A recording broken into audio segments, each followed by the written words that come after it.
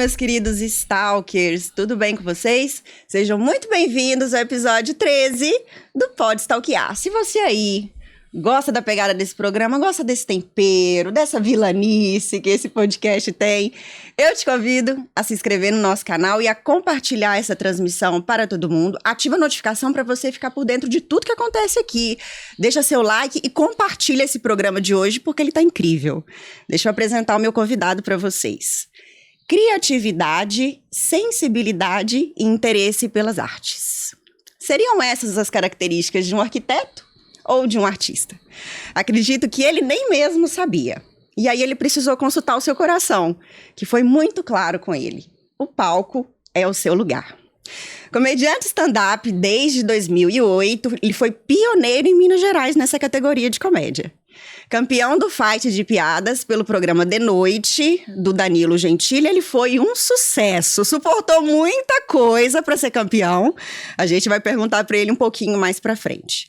Ele também já esteve ao lado de Fausto Silva, no antigo Domingão do Faustão, participando de um quadro Quem Chega Lá. Ficou em quarto lugar competindo com gente graúda. Ele é um sucesso e a gente vai descobrir a receita desse sucesso hoje, stalkeando ele aqui com vocês. Seja muito bem-vindo, Bruno Berg. Oh, muito obrigado. Prazer ter você eu posso aqui. usar isso aí no meu... O pessoal me pede às vezes para mandar um release, eu nunca consegui escrever um release que me valorizasse tanto. Eu levantei muito sua bola, pois você viu, né? Eu fiquei pensando, o convidado não era eu, ela tá elogiando demais para ser eu, deve ser outra pessoa. Inclusive, você tem uma profissão. Você é arquiteto. Não, peraí. Eu tenho uma profissão que é humorista. Eu sou arquiteto não praticante. Sou arquiteto não praticante. O pessoal te zoa muito? O pessoal acha que humorista não é profissão? Não é trabalho? Acho que hoje em dia nem tanto, mas quando eu comecei, com certeza. Porque hoje em dia nas redes sociais, os humoristas acabam tendo mais visibilidade, né? Antes, quando eu era jovem, humorista era uma coisa muito inalcançável. A gente só via na TV, né? Era na escolinha do professor Raimundo, na Praça é Nossa, era uma coisa muito distante. Hoje não, hoje quase todo mundo conhece, tem um amigo que é humorista. Hoje em dia todo mundo é humorista, né? Eu brinco que antigamente falava-se que o Brasil tinha 150 milhões de treinadores. Hoje eu falo que a gente tem 210 milhões de humoristas, porque com rede social todo mundo é humorista. Liga o celular e começa a fazer piada ou anedota, quer interagir com o público de alguma forma, né? Isso. Eu fiquei muito curiosa com a sua história, porque, gente, ele passou no vestibular. Eu quero voltar um pouquinho na sua adolescência, porque assim, a gente tem o estereótipo do humorista, talvez na galera do fundão, do indisciplinado, que não estuda, que faz bagunça. Que pratica o bullying. Eu conheço muitos humoristas, né? Hoje eu trabalho com isso, eu devo conhecer, sei lá, uns 300 humoristas pelo menos. Eu vou te falar que, sei lá, eu diria que 50% é um perfil tímido, mais quietinho e tal. Jura? E tem também os extrovertidos, tem aqueles que são naturalmente engraçados com tudo. Então você era dedicado na escola? Eu era nerdzinho, assim. Eu não era muito de estudar, não, de estudar em casa, mas eu sempre gostei de aprender coisa nova. Então, eu gostava de assistir aula, porque os professores estavam me falando coisas que eu não sabia, então eu queria ouvir, Aí eu não pegava para estudar, mas eu ia muito bem nas provas, porque como eu prestava atenção, quando chegava a prova eu já sabia o conteúdo. E aí você passou, foi de primeira, você passou no vestibular de arquitetura. Isso, passei... E por que arquitetura? Porque, eu sempre gostei eu sabia que eu ia trabalhar, que eu precisava trabalhar com alguma coisa ligada à criatividade. Mas eu sempre gostei muito de exatas também. E aí eu fiquei muito na dúvida entre fazer comunicação. E aí se eu fizesse comunicação, eu teria dúvida entre o jornalismo e a publicidade, que eu também estava muito ali. E a arquitetura, eu acho que a arquitetura acabou me convencendo. Eu nunca tinha conhecido um arquiteto na vida, porque quando a gente é pobre, a gente não conhece arquiteto, né?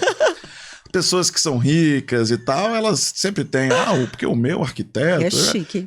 Eu nunca tinha... A primeira vez que eu vi um arquiteto na minha vida foi quando eu cheguei no meu primeiro dia de aula, o meu professor, ele era arquiteto, mas eu nunca tinha tido contato, assim.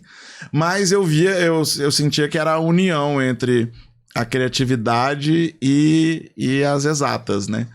Porque tanto é que na época, quando eu fiz vestibular, eu sei que eu pareço novo, mas eu já tenho mais de 40. O vestibular da UFMG não tinha ENEM ainda na minha época. O vestibular era em 2 etapas, né? A primeira etapa você fazia todas as provas fechadas e na segunda etapa eram 3 provas abertas. E aí, dependendo do curso, você fazia. Sempre era português e outras 2. Para fazer arquitetura era português, física e matemática, que eram as minhas matérias favoritas. Então, eu fui nessa, achando que ia ter matemática lá, mas não tinha tanto não, mas alguma coisa ajudou. E você veio de escola pública? Eu vim de escola pública. Você falou que eu passei de primeira, inclusive, eu acho que eu fui o único da minha turma que passou ali de primeira, em algum vestibular. Pelo menos na época não se teve notícia de nenhuma outra pessoa que tinha entrado. Depois, em outros anos, vários colegas meus fizeram faculdade e vários fizeram federal. Mas não se tinha notícia de alguém que tivesse passado de primeira no meu colégio na época. E como eu não tinha condição de fazer uma faculdade particular, e na época não tinha FIES, não tinha essas coisas, eu simplesmente nunca... Eu gosto de contar essa história no show, às vezes, que eu acho que o meu exemplo mostra como que o foco é importante na vida das pessoas. Eu nunca tive dúvida que eu ia estudar na federal, porque era a única opção que eu tinha. Uhum. Então, eu fui, me dediquei e tal, consegui passar. Na época que eu fiz, foi o vestibular mais concorrido para arquitetura que teve na UFMG, porque ele vinha crescendo, depois caiu. Era bem concorrido. E formei, eu não tomei nenhuma bomba na faculdade, saí de lá já empregado, com 2 empregos no escritório que eu trabalhava, me efetivou, e eu consegui trabalhar meio período lá e meio período na própria UFMG, num projeto que eu estava desenvolvendo lá dentro. E depois eu fui trabalhar no projeto do Cine Teatro Brasil Valorec. Nunca imaginei que eu pisaria num palco quando eu fiz aquele projeto. Que loucura, você foi fazer o projeto de um teatro. O projeto de restauro lá, né? Eu fazia parte da equipe. Mas foi um projeto que eu assinei. O último projeto que eu assinei como arquiteto foi esse. Que é um projeto que acho que qualquer arquiteto de Belo Horizonte gostaria de estar participando. Mas parece que é o universo te conectando. Pois é. E aí lá dentro eu acabei já tendo contato com pessoas do teatro, porque a gente teve uma consultoria, né, da parte técnica ali do teatro. E aí eu gosto de contar essa história, porque aí depois eu larguei essa minha carreira que era promissora ali, eu era um jovem arquiteto, tinha poucos anos de formado e estava fazendo uns projetos legais, para viver de comédia. Então, o que eu falo da importância do foco é esse. Olha o tempo que eu perdi estudando, sendo que eu ia só contar piada. Olha a falta de foco, o que faz? O quanto tempo que eu perdi estudando para passar no vestibular, para fazer minha faculdade e tal. Se eu tivesse o foco de que eu queria só contar piada, eu não tinha passado por nada disso. Menino, então, mas... o foco é importantíssimo, gente. Você tem que concentrar naquilo que você vai fazer de fato. Porque ficar seguindo só o script da vida te coloca pra fazer, aí quando você vê, você tá ali triste, chateado. Mas conhecimento não ocupa lugar, com certeza. Sim, não, eu falo isso brincando, mas a arquitetura foi uma grande escola pra mim de comédia. Com certeza. Porque conheci pessoas, nossa, eu conheci pessoas na arquitetura, tanto professores, arquitetos já que eu trabalhei junto e colegas, que com certeza se estivessem na comédia seriam muito melhores que eu. E eles já eram melhores que eu na arquitetura. Então, eu aprendi muito de comédia também. Eu trabalhei no escritório, que é os Arquitetos Associados, que quando eu entrei, era o escritório que eu conheci que eu queria trabalhar. Que os caras são muito fodas, são 4 arquitetos. Na época eram 4, hoje eu acho que são 5, não sei se já tem um 6º sócio, mas na época eram 4 arquitetos que eles ganhavam vários concursos nacionais, internacionais. E eu consegui trabalhar lá, foi o meu primeiro e único estágio, assim, na área de projetos, né? Eu fiz outras coisas na área de patrimônio, mas na área de projeto foi o único. E continuei trabalhando com eles lá depois. Uhum. Mas os caras, eles eram muito fodas na arquitetura, mas eu aprendi muito de comédia com eles também, viu? Em qual momento o humor começa a fazer parte da sua vida, assim? Em qual momento você percebe que você tem uma tendência, um dom de fazer as pessoas rirem? Olha, eu acho que desde novo eu sempre gostei muito. Como eu sempre fui muito tímido, eu sempre fui muito quietinho, o humor era a maneira que eu tinha para conseguir socializar, sabe? Então eu usava essa ferramenta. E sempre que me perguntam, não sei se essa pergunta tá no script aí, mas sempre me perguntam quais são minhas referências no humor e tal. Eu sempre falo que as minhas 2 maiores referências do humor são meu tio Sérgio, irmão do meu pai, e meu tio Zezé, irmão da minha mãe. Que desde novo, assim, eu adorava encontrar com eles. O meu tio Zezé eu encontrava quase que toda semana, assim. E eu sempre que eu encontrava ele, eu já tava esperando pra ver qual que era a piada nova. Ele era piadista mesmo, de anedota, né? Aham. E ele sempre trazia alguma nova, sempre tinha uma zoeira. E o meu tio Sérgio era um estilo completamente diferente. O negócio dele é causo. E ele é um contador de causo maravilhoso, assim. Eu ficava fascinado com as histórias. Quando tinha um Natal lá, que ele ia dar os presentes, ele fazia uma coisa de brincar com cada pessoa que eu ficava maluco, assim. Falava, pô, eu queria conseguir fazer isso também. Aham. E então, desde novo, eu gostei muito. E aí eu ia preparando um setzinho. Eu tinha umas piadas que eu gostava, que eu aprendia principalmente com o meu tio Zezé, que eu ia juntando, às vezes comprava uns livrinhos de piada, pegava as que eu gostava mais. E até que no carnaval de 98, que foi o... Eu tinha 7 anos. Pois é, eu tava... Foi o ano que eu fiz o vestibular. Eu sou um pouquinho mais velho, né? No carnaval de 98, a gente foi passar lá em São João del Rei, vários colegas do colégio ali, e aí a gente dormiu todo mundo junto no mesmo quarto, que era a casa dos avós de um desses meus colegas que tava pra vender, então ela tava vazia, a gente acampou dentro da casa, assim. Aí um deles levou uma fitinha do Ari Toledo, e a gente ouvia essa fitinha todo dia. E eu decorei as piadas do Ari Toledo. E aí eu montei um set de piadas que eu adorava contar, porque eu adorava contar piada. E aí eu ficava imitando o Ari Toledo, algumas piadas dele. E como eu já tinha outras piadas que eu gostava, eu comecei a pensar, pô, como que o Ari Toledo contaria essa piada? Uhum. Porque eu comecei a meio que estudar o Ari Toledo. Quando que ele mudava o tom de voz, quando que ele... Aí eu percebi que cada piada do Ari Toledo tinha mini piadas no caminho. Então, assim, eu juntava piadas que tinham o mesmo tema e colocava uma menorzinha no início para introduzir a próxima. E aí eu fui fazendo isso. E um próximo passo foi, e se eu criar piadas minhas e pensar como que o Ari Toledo contaria? E as minhas piadas, na verdade, na época, eram versões de piadas que já existiam. Basicamente, a piada do Paraguai, que é a melhor piada do mundo, todo mundo conhece, né? Obviamente, que estou aqui para te matar, para quê? Paraguaio? Isso aí não tem como você não achar que o mundo é muito melhor depois de ouvir uma piada dessa. Verdade. E aí eu fui fazendo várias versões. Na época do Orkut, eu criei uma comunidade do Orkut da piada do Paraguaio para fazer as versões. E aí, sempre que eu tava lá, saía com amigos e tal, e eu todo quietinho, todo tímido, em algum momento da noite, quando já tava todo mundo bêbado, alguém falava, pô, o Berg sabe umas piadas, conta aí. Aí eu sempre tinha um set de piadas que eu contava, que inclusive, você tava assistindo o meu especial de 10 anos, inclusive é o set que eu conto no início daquele show. Sim. Que não pode se contar piadas, né, na comédia stand-up, com anedotas, né? Explica pra gente o que é anedota. Anedota é aquela piada de salão, antigamente piada de português, Loira. piada de loura, de papagaio. Anedota é a piada que ela é 100% ficção, assim, ó, uma história contada normalmente em terceira pessoa, né?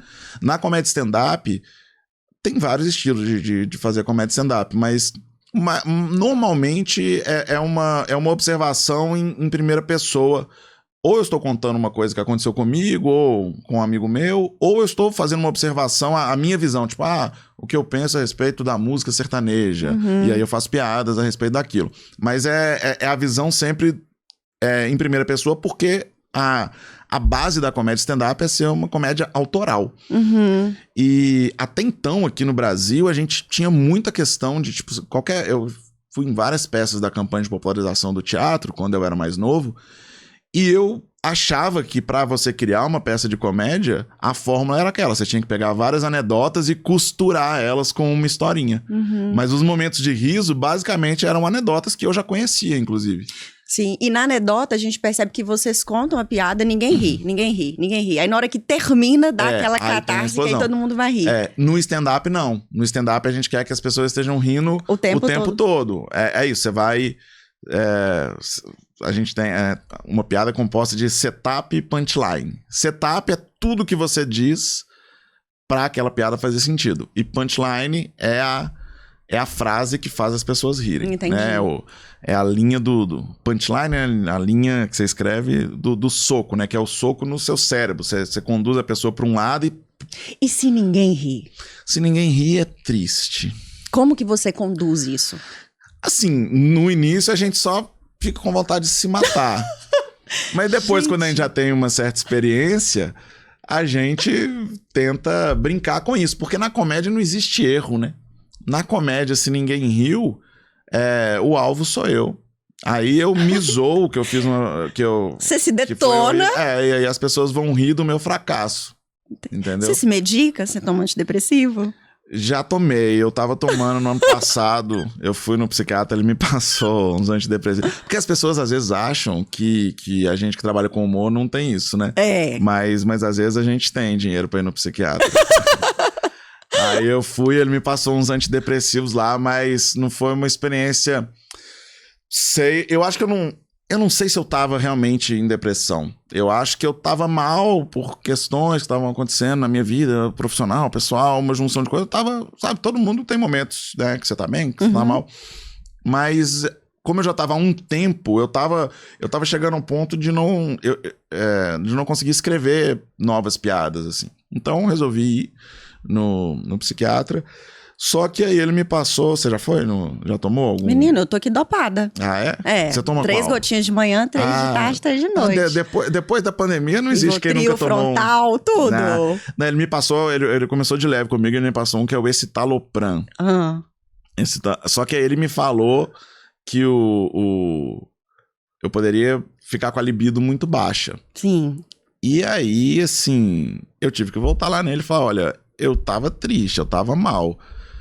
Mas tinha uma coisa que tava funcionando. Agora você acabou. Agora, tipo, eu vim aqui pra ficar bem, você tá me deixando pior, assim. Sim.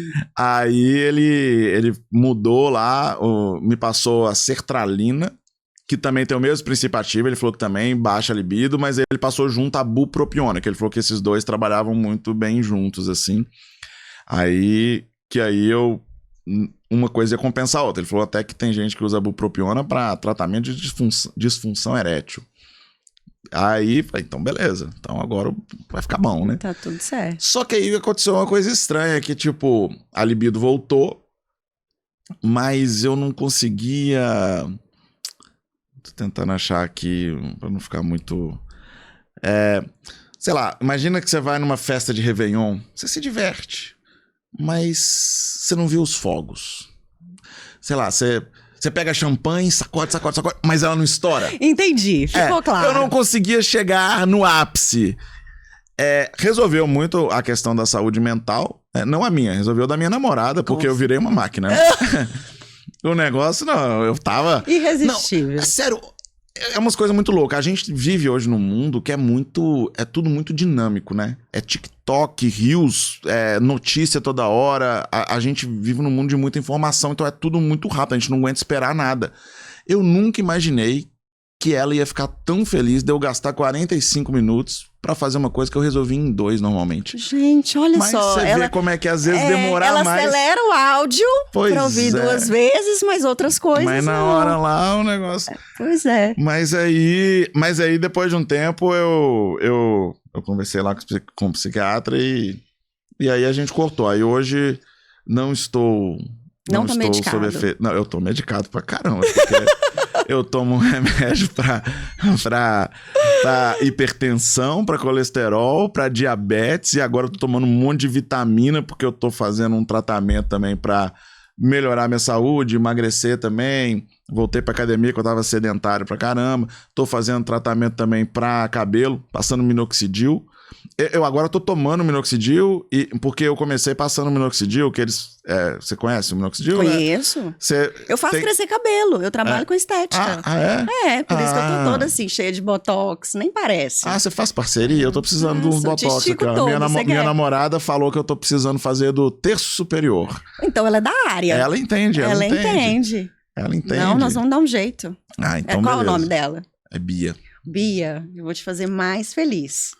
psiquiatra e eu. A gente tá cuidando dele, então tá tudo certo. Mas aí eu comecei passando o tônico, né, do minoxidil, que eles falam que você tem que passar e tem que ficar massageando o couro cabeludo por um tempo. E aí eu fiquei usando durante... Eles falaram, você tem que ter paciência, que o resultado começa a aparecer depois de 3 meses, né? Aí depois de 3 meses, meu cabelo continuava igual, mas começou a crescer pelo no meu dedo, né? Que eu ficava o tempo inteiro aqui, ó. Aí eu comecei a ter que raspar o dedo, eu falei, eu acho que isso não tá funcionando como deveria. Aí agora eu tô tomando minoxidil. Mas meu cabelo, ele sempre foi assim, esse cabelinho de piscina, né? Que desde adolescente. Ele é muito lisinho e fininho. Desde adolescente, qualquer pessoa que me via saindo do banho, assim, com o cabelo molhado, falava, você vai ficar careca, hein? Metade desses que falaram já estão. O mundo já profetizava isso. Mas metade já tá careca. O meu tá aqui até hoje. O meu pai tem o cabelo igual ao meu. O cabelo do meu pai é ralinho, mas tá na cabeça inteira, né? Eu tenho tios carecas? Tenho. Eu tenho um tio que é careca desde novo. E esse meu tio, ele nunca precisou usar óculos e ele tem um olho azul. Esse meu tio é maravilhoso, parece um modelo. O meu pai, ele tem cabelo na cabeça toda e tem 8 graus de miopia. Eu herdei os 8 graus de miopia do meu pai. Eu acho que se eu herdar a careca do meu tio, vai ser muita sacanagem da genética, verdade, né? Pensa.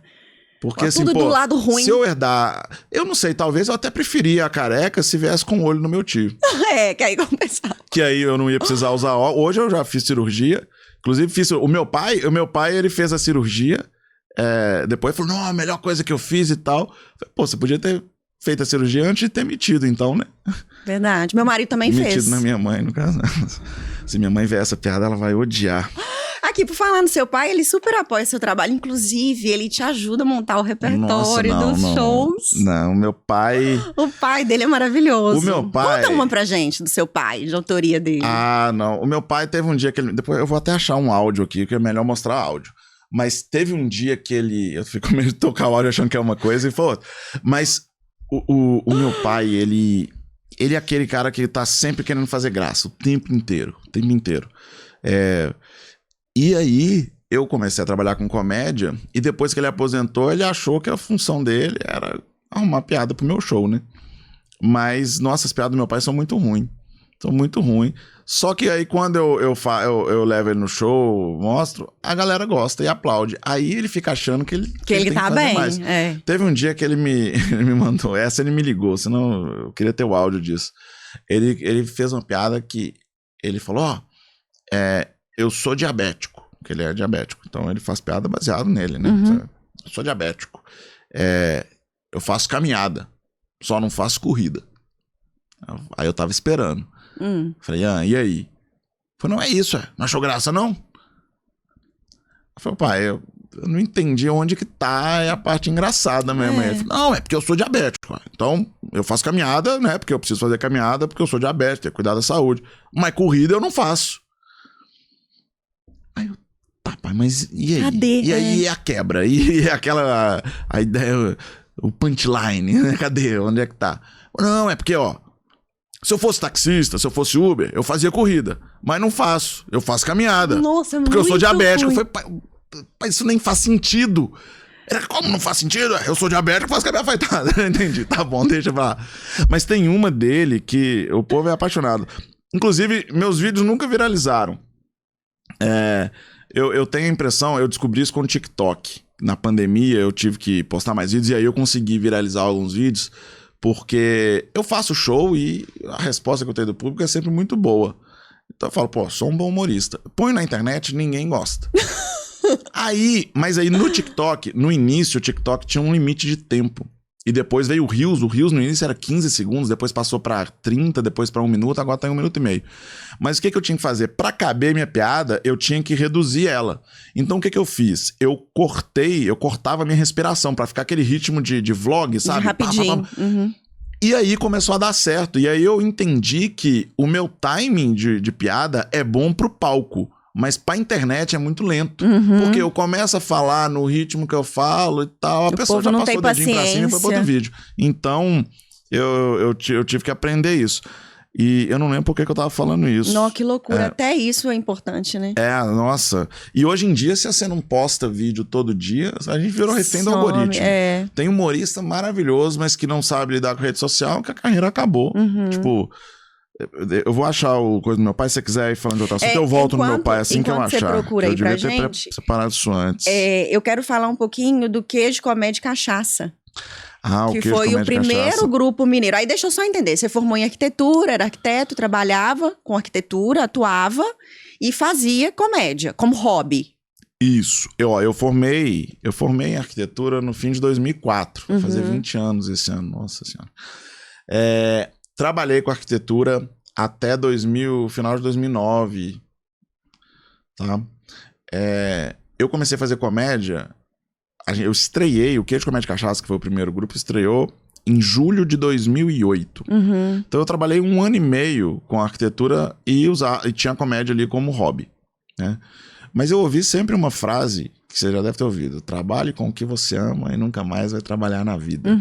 E aí eu comecei a fazer comédia e eu vi que eu amava aquilo, porque a sensação de pensar uma piada, contar ela no palco, as pessoas rirem, é muito boa. E eu sempre gostei de criatividade e na arquitetura, o retorno que você tinha é muito distante. Porque você faz um projeto, a maioria dos projetos que você faz não são construídos, os que são construídos nem sempre são construídos daquele jeito que você fez. E depois, dificilmente você tem contato com a pessoa que usa aquele imóvel, então você não tem um retorno. A piada, eu tinha a ideia de manhã, contava à noite e eu já sabia se ela era boa ou não. Então, e você viciante. É imediatista, né? É viciante isso. E aí... Eu saí, porque eu pensei, eu amo comédia, vou trabalhar com isso, então nunca mais vou trabalhar. Eu vou estar sempre feliz, né, fazendo o que eu gosto. Agora que tem 16 anos que eu faço, eu queria atualizar essa frase. Atualiza. Trabalhe com o que te diverte e nunca mais se divirta na vida. Porque a gente não consegue, a gente tá trabalhando o tempo todo. Ué. Antes, quando eu queria relaxar, a comédia era o meu hobby. Eu ia assistir um vídeo de comédia, assistir um filme, lia livros de comédia. Hoje eu não consigo. Mais porque quando eu faço isso eu tô trabalhando. Eu tô sempre pensando, como que o cara chegou nessa piada? De onde que veio? E mesmo quando eu tô assistindo um filme de drama, eu fico... Porque todo comediante é roteirista também, né? De alguma maneira. Então eu fico tentando entender a sacada do filme, tal, pra tentar dali extrair alguma coisa que eu possa talvez usar aquela ferramenta, né, em alguma piada no futuro. E o Queijo, Comédia e Cachaça é formado por Bruno Berg, Edgar Quintanilha, Gabriel Freitas e Paloma Santos. Isso. Essa composição... Edgar Quintanilha, que é maravilhoso, inclusive, o Edgar. Sim. Não que os outros não sejam. Mas esse grupo, ele muda com o tempo ou ele fica intacto? Não, esse grupo, na verdade, a gente estreou... Eu achei o áudio do meu pai, tá? A gente volta nele daqui a pouco. Tá. Esse grupo, a gente estreou em julho de 2008, eram 6 integrantes. Esses 4, mais o Arthur Ottoni, que era sócio meu no escritório de arquitetura. Ah, sim. E ele hoje continua trabalhando com arquitetura. E o Ranieri Lima. Ranieri Lima foi o cara que deu uma oficina pra gente. E dali saiu o Queijo, Comédia e Cachaça. O Ranieri, ele já fazia humor, mas não tinha outras pessoas em Belo Horizonte, enfim. E aí ele resolveu dar uma oficina, ensinar o stand-up pra galera. E a gente fez a oficina dele e dali a gente acabou formando o grupo. A Paloma e o Gabriel um dia foram num bar e no canapé acharam, aqui seria legal pra fazer comédia, stand-up e tal. Conversaram com o dono, ele topou, abriu a porta pra gente, o alemão lá do canapé. Sem nem conhecer a gente e tal. E marcamos a estreia pra dali alguns meses, pra gente se preparar bem, assim. A gente já tava finalizando o curso, mas a gente finalizou o curso, aí fechamos o nome do grupo e tal, e fomos nos aperfeiçoando, né? Porque hoje em dia não, mas o normal é um humorista começar fazendo o open mic, que é uma participação pequena num show de humoristas profissionais, pra o cara ir aprendendo, né? Como se fosse a faculdade. A gente não tinha onde fazer isso. Então a gente era open, mas a gente já começou com um show completo. Então a gente quis se preparar bem. E aí fizemos. O Ranieri foi o primeiro a sair do grupo, porque ele continuou dando a oficina, foi formando outros grupos e tal. Então ele acabou entrando em outros grupos também e tal. E também teve algumas divergências lá de ideia dele em relação aos demais ali, e aí acabou que em comum acordo... O encrenquinha. Não, era mais de gênio mesmo, não batia ali. E aí, como ele tava em outros grupos também, foi mais fácil ele sair e continuar fazendo nos outros grupos do que os outros todos saírem. Uhum.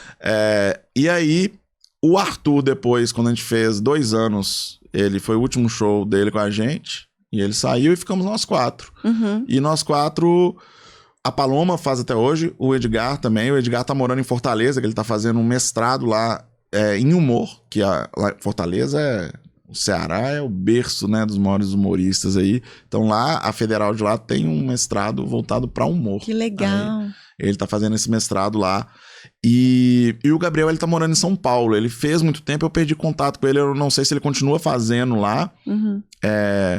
Eu sei que ele tá trabalhando também com outras coisas, mas eu acho que vez ou outra ele ainda faz o stand-up.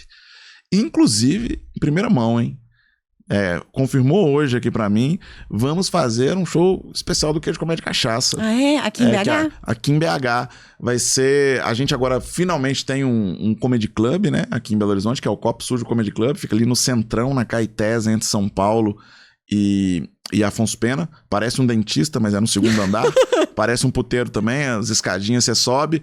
Vira e mexe, tem gente lá que entra no show achando que vai ser striptease e aí começa a comédia, cara. Para, Bruno, jura? Ou é piada? Juro, isso é verdade. É verdade? Isso é verdade. Gente.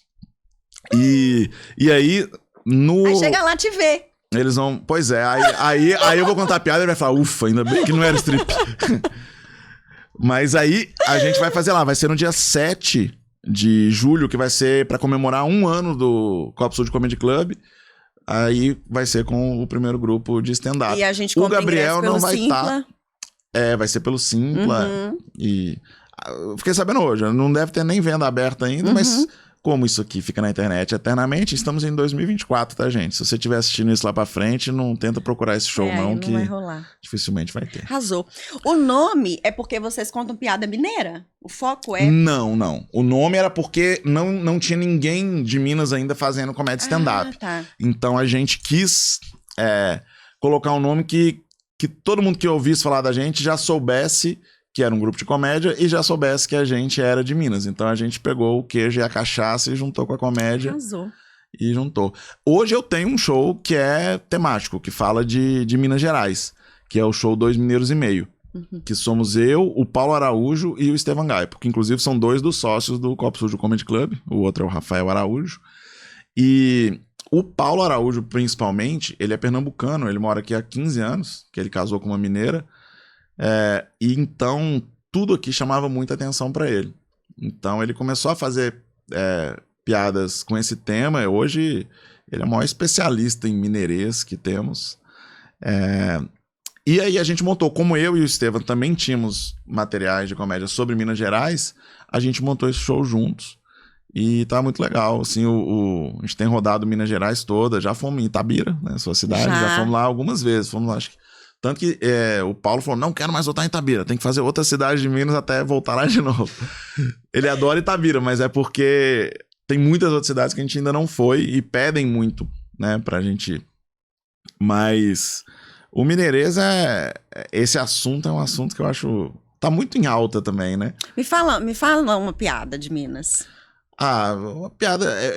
porque as piadas no stand-up são mais observação, né? Eu gosto de falar, por exemplo, eu ensino, quando tem alguém que não é mineiro, eu ensino uma lição básica do mineirês, que a gente tem um lutador de MMA que o nome é John Jones. John Jones, o nome dele, eu falo, troca o primeiro J do nome dele pela letra P. Como é que fica? Aí você fala pra mim. Não consegui assimilar. John Jones. Fica Pom Jones. Pom Jones. Aí fala, pronto, já sabe falar ponto de ônibus agora em mineirês. Né? Pom Jones. É muito fácil. Porque o mineirês é isso, a gente fala... Viu como é que eu tô lenta? Será que é por causa do Rivotril? Pode ser. A característica principal da nossa língua mineira é que a gente não fala as palavras todas. A gente fala... A gente só fala as letras que precisa, né? Tipo, precisa, não precisa pronunciar tudo. O pessoal tem mania de falar que baiano é preguiçoso. Não é. Porque eu não sou baiano, eu duvido que eles são mais preguiçosos que eu. Eu tenho preguiça de falar as palavras completas. O mineiro que é preguiçoso, que a gente não fala tudo completo, né? Por exemplo, o gaúcho é diferente. O gaúcho é um povo que gosta de pronunciar cada letra de cada palavra. Você pensa num músico gaúcho, tem aquele vocalista dos Engenheiros da Havaí. Como é que ele chama? Humberto Gessinger. Um músico mineiro, Beto Guedes. Porque a gente comprime, sabe? Tudo aqui é mais curtinho. Exatamente. É tudo pequenininho em Minas Gerais. Essa coisa, inclusive, uma vez eu fiz um vídeo falando que o baiano não era preguiçoso, que o mineiro que era, porque eu falei, pô, todo humorista faz piada falando que baiano é preguiçoso. Eu vou fazer o contrário, vou virar ídolo na Bahia. Só que aí, o que eu fiz? Eu imitei o sotaque baiano. E, obviamente, eu imitei errado, porque eu nunca tinha ido na Bahia, e a gente acredita na Rede Globo, né? Igual o paulista, quando vai imitar mineiro, fala Belzonte. Ninguém fala Belzonte aqui, não. Mas o paulista imitando mineiro fala e ele acha que tá certo. Eu imitei o baiano falando, pô, galera na Bahia vai me amar.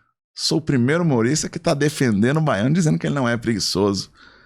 Nossa, recebi até ameaça de morte por estar fazendo o sotaque errado. Mas dou razão pra eles, porque eu também não gosto de ver ninguém fazendo o sotaque mineiro errado. Aquele sotaque forçado, né?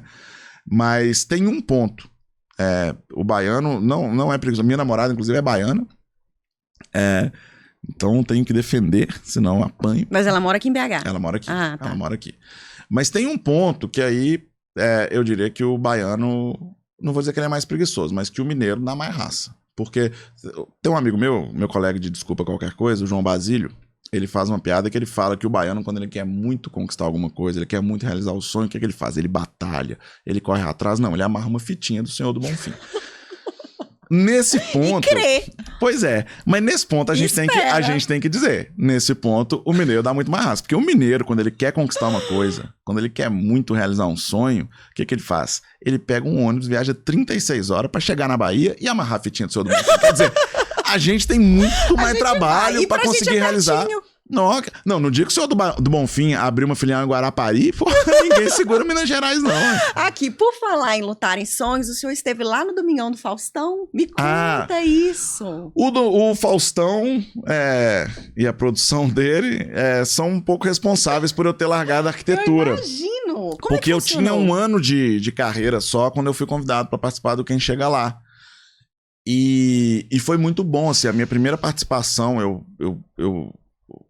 hoje eu olho e acho horrível, mas na época foi muito bom, eu passei com facilidade, né, que o risômetro tinha que bater, aquele negócio era uma tensão, e aí eu fui classificado para final, que na verdade, depois, como classifica um monte de gente, o Faustão chama de final, depois fala, agora vamos pra final de verdade, igual arquivo de Word que a gente vai salvando, sabe, final mesmo pra valer. Então, mas pelo menos eu posso falar que eu fui finalista, fui só pra segunda etapa, mas ele falou que era final, é o Faustão que falou, gente, vamos discutir com ele. Verdade. Aí, inclusive isso aconteceu 2 vezes, porque eu participei de um concurso do Faustão na Band também, no ano passado, a gente foi pra final e ela virou semifinal. Porque o Faustão, ele gosta, né? Ele vai passando os humoristas, porque se tá dando audiência, vai esticar o quadro. Então você teve na Band também? Tive, eu já fui em tudo que é emissora de TV. Mas, como que funciona? Mas ninguém você sabe porque ninguém assiste. Eu vou nos... Não, todos foi convite. Acho que não teve nenhum programa que eu fui que foi inscrição.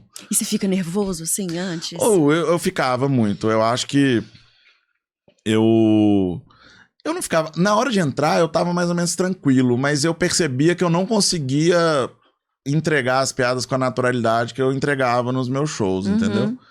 Aí eu percebi que no fundo eu tava... É igual quando eu fui tirar a carteira. Eu não tava nervoso. Mas na hora que eu fui fazer o controle de embreagem, o meu pé discordou disso e ficou fazendo assim. Aí eu virei pro cara com maior tranquilidade e falei, acho que meu pé não vai funcionar não. Não vai dar, né? Aí ele falou, não, pode encostar ali e tal. Aí você queria muito o pé não, né? Aí o meu instrutor me deu um remedinho que segura esses espasmos, mesmo que você esteja nervoso. Porque o meu era isso, eu não sentia que eu estava nervoso, mas eu tava, né? Porque senão o meu corpo não ia reagir daquele jeito. Então na TV também, quando eu assistia, eu falava, não sou eu ali, tem alguma coisa diferente. Tanto que, normalmente, a minha primeira participação era melhor. Eu fui no Faustão, a primeira foi legal, a segunda foi horrível. Aí quando eu fui no programa da Ana Hickman, a primeira etapa foi muito bom, passei, na segunda fui eliminado. Quando eu fui no Prêmio Multishow de Humor, passei, na segunda fui eliminado. Aí eu comecei a ver que eu me preparava demais, eu acho. Eu não posso errar e tal. Até que, Na Ana Hickman depois, em 2011, depois eles fizeram um outro concurso que era de improviso junto com stand-up, e aí foram em equipes. E aí eu fui chamado para participar. O Thiago Carmona, que é daqui de BH também, ele foi o campeão desse concurso de stand-up da Ana Hickman. E aí ele também montou uma equipe, eram 4 equipes, cada uma de 4 jogadores, humoristas todos, né? Para participar da Maratona do Humor. Aí esse a gente ganhou, porque o Carmona ele ganha tudo. Tudo que ele disputa, ele ganha. É o maior vencedor de concurso de stand-up na TV nacional, é o Thiago Carmona, aqui do Barreiro, de BH. Pra mim, ele é um dos melhores humoristas do Brasil. Ele é muito bom mesmo. Pode chamar ele aqui, que ele é Será que sensacional. ele aceita? Se ele não vê que você tá aceitar... aqui, né? Aí já valoriza o passe você fala, do programa. não, o Berg falou que é legal e tal. Não, tá. Aí eu falo... Vou dar uma vai lá, carteirada, Carmona. então. Vai lá que quando você ficar careca, ela te ajuda. Ela faz um botox, sei lá. Mas aí, obviamente, ganhamos esse concurso, porque, né, estando na equipe do Carmona, tudo fica um pouco mais fácil. E o meu maior talento é esse, assim. Eu fazia parte do Queijo Comédia Cachaça, a galera amava a Paloma. A Paloma faz até hoje, ela é muito boa, realmente. A pessoa ir lá pra ver a Paloma e tal. Depois, no Desculpa Qualquer Coisa, somos eu, o Carmona, o João Basílio e o Bruno Costoli. O Carmona é o que tem mais destaque, então a galera ia muito pra ver o Carmona. E hoje, no 2 Mineiros e Meio, o Paulo e o Estevam também tem um público muito grande. Então, eu sempre falo que o meu maior talento é conseguir ganhar dinheiro com o talento dos meus amigos, entendeu? Eu tô ali sempre, mas eu sou coadjuvante. Eu sempre ganho o prêmio de humorista coadjuvante, sabe? Mas é isso, tô lá, tô fazendo... Não é que eu sou ruim. É que eles são gênios, né? Eu não, eu sou só um arquiteto que tá aqui contando piada. Aqui, me fala, por falar em arquitetura, como que funciona o processo de construção de uma piada? Você pega o papel, senta a caneta, e aí? Tá, eu posso primeiro... Eu vou te falar primeiro como que não funciona. Eu vou te falar primeiro como que não funciona. Olha isso aqui. O meu pai, ele vai me chamar de meu, porque ele chama todo mundo de meu desde que... Acho que ele começou a esquecer o nome das pessoas. Eu sou meu, a mulher dele é meu, os filhos é meu, todo mundo é meu. É de São Paulo, não é? Nem faz sentido. De onde que ele tirou isso? Ele chama todo mundo, não sei. Depois que você foi no Faustão?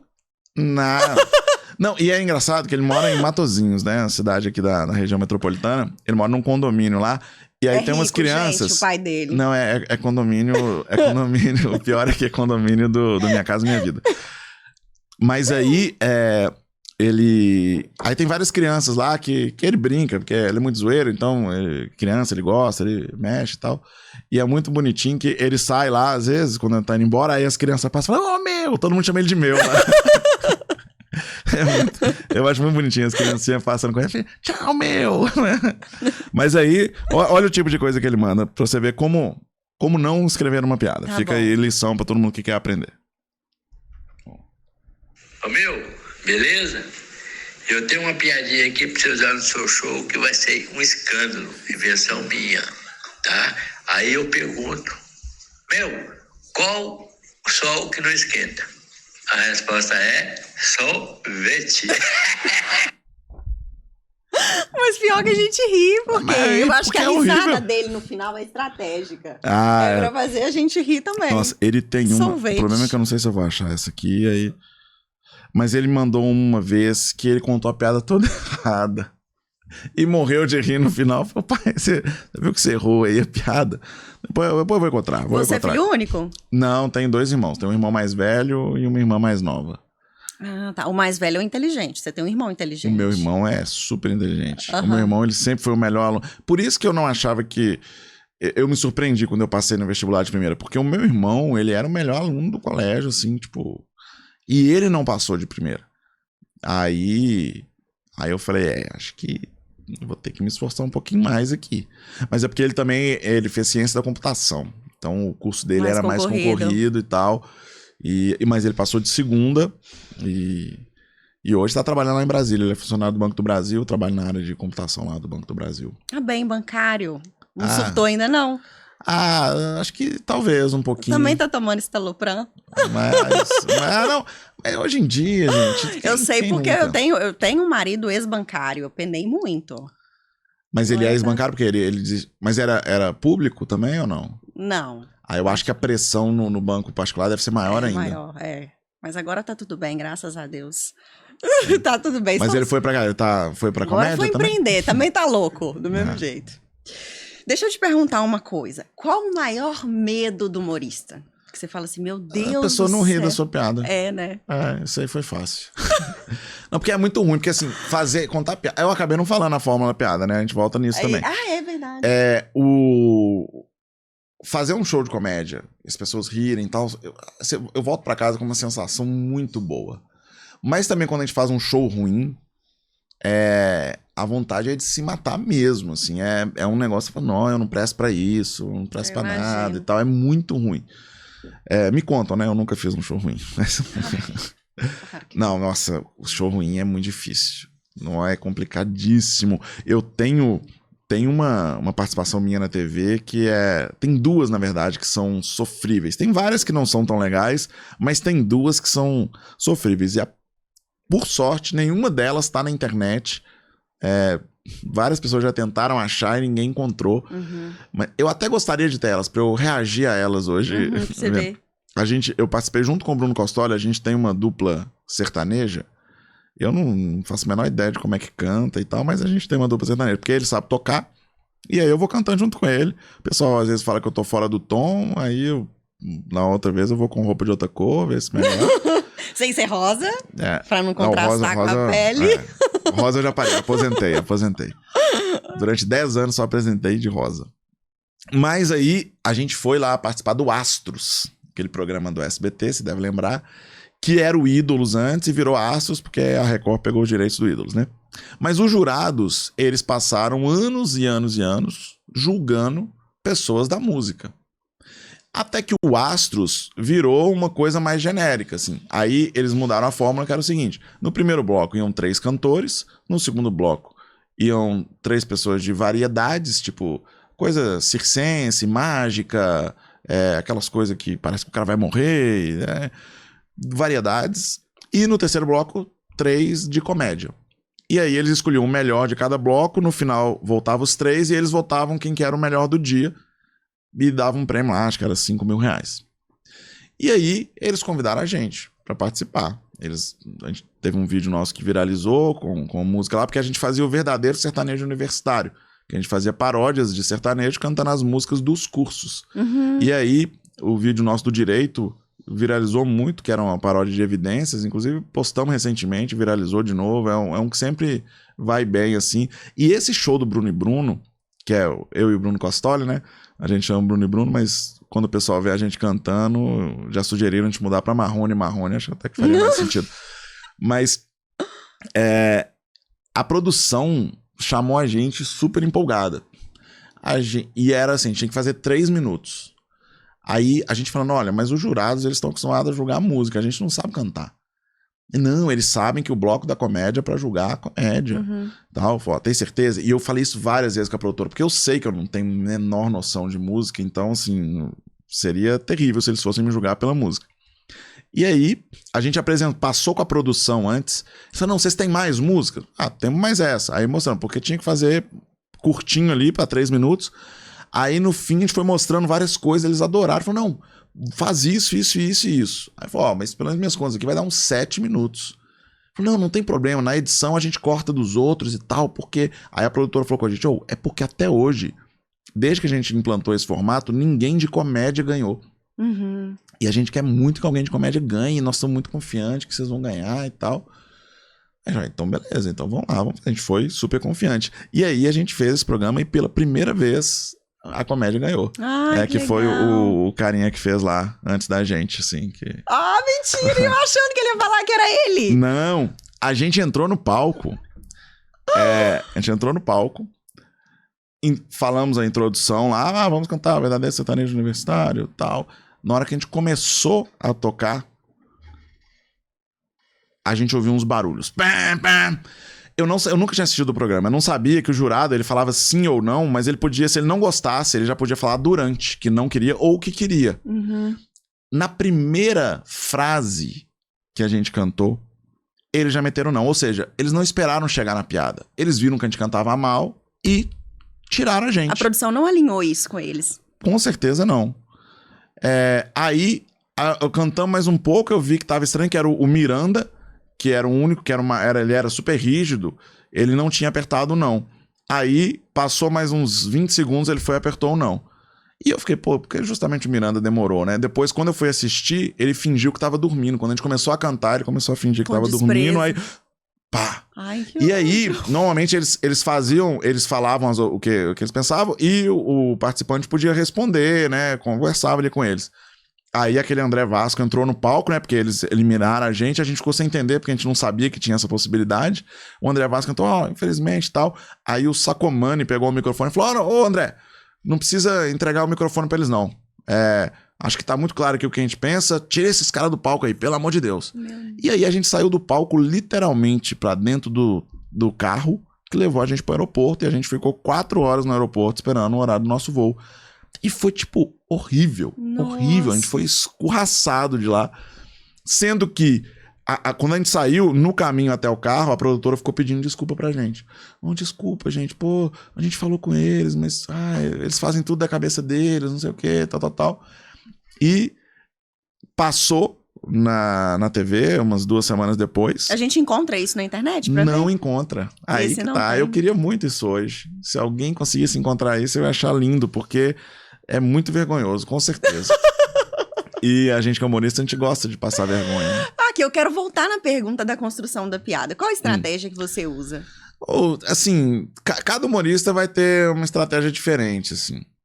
Muitas vezes a piada aparece pronta na nossa cabeça, porque a gente já direciona tanto o nosso pensamento para tentar enxergar a piada, né, para também na hora que a gente está improvisando. Nem todo comediante é improvisador, mas eu já trabalho com improviso também há muito tempo. A gente tem que ter um raciocínio muito rápido. Então, muitas vezes a piada vem pronta, não é formatada. Mas, quando eu preciso trabalhar um tema, o que eu tento fazer é estudar aquele tema. Por exemplo, eu tenho um texto que é sobre signos. Eu nunca acreditei em signos, nunca me aprofundei naquilo. E aí eu queria fazer um texto justamente falando que signo não existe e tal.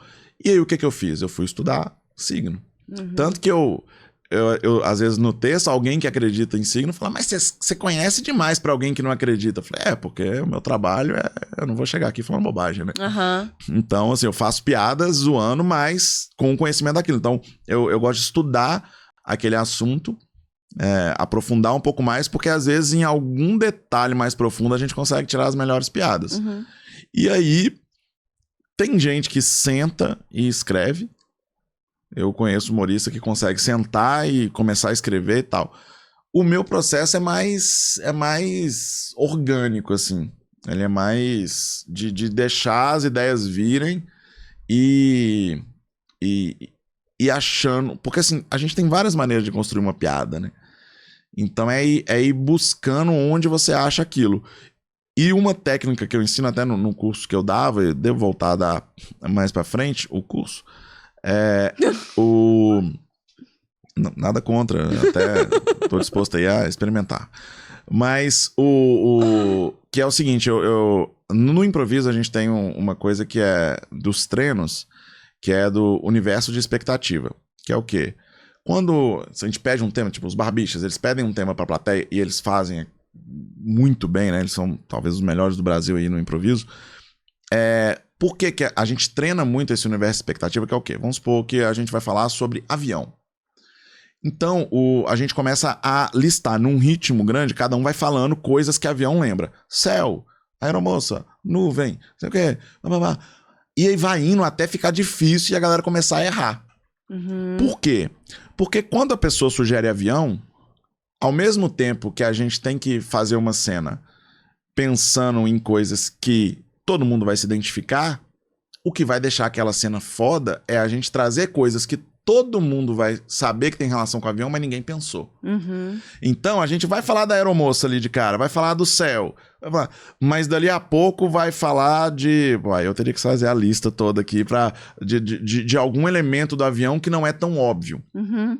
Então, quando eu tô construindo uma piada, eu gosto de listar isso. Por exemplo, eu vou falar sobre signo. Aí eu vou escrevendo coisas que têm relação com o signo. Uhum. E aí, eu elenco algumas que eu acho que tem mais possibilidade de dar certo.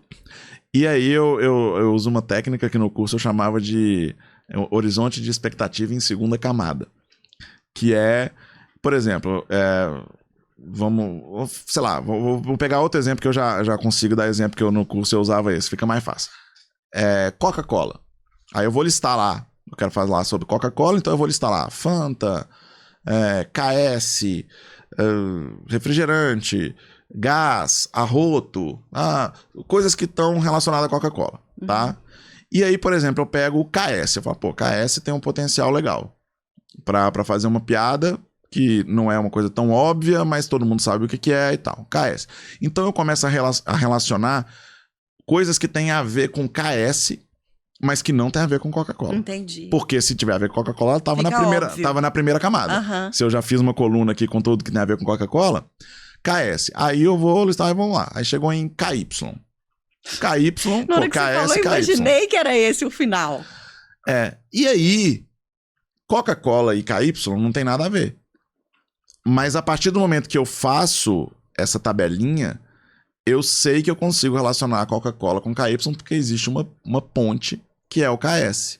E aí, normalmente, se você pegar uma piada pronta e fizer o caminho reverso, a maioria dos humoristas não pensa desse jeito. Mas se você fizer o caminho reverso, você consegue encontrar. Porque, basicamente, a piada, quase, não é sempre, tá? Mas muitas vezes, você tá unindo coisas de dois universos diferentes que você não estava esperando que fossem unidos. Por isso que fica engraçado. Uhum. Então, como você cria essa ponte... Só que o humorista, quando ele vai pensar, ele já tá pensando na segunda camada automaticamente. Então, ele não precisa fazer... a gente não precisa fazer esse exercício. Mas quando eu tô ensinando para alguém que tá começando, eu gosto de fazer isso. Aí você cria piada. Não quer dizer que a piada vai ser boa. Uhum. Eu, como consumidora, né?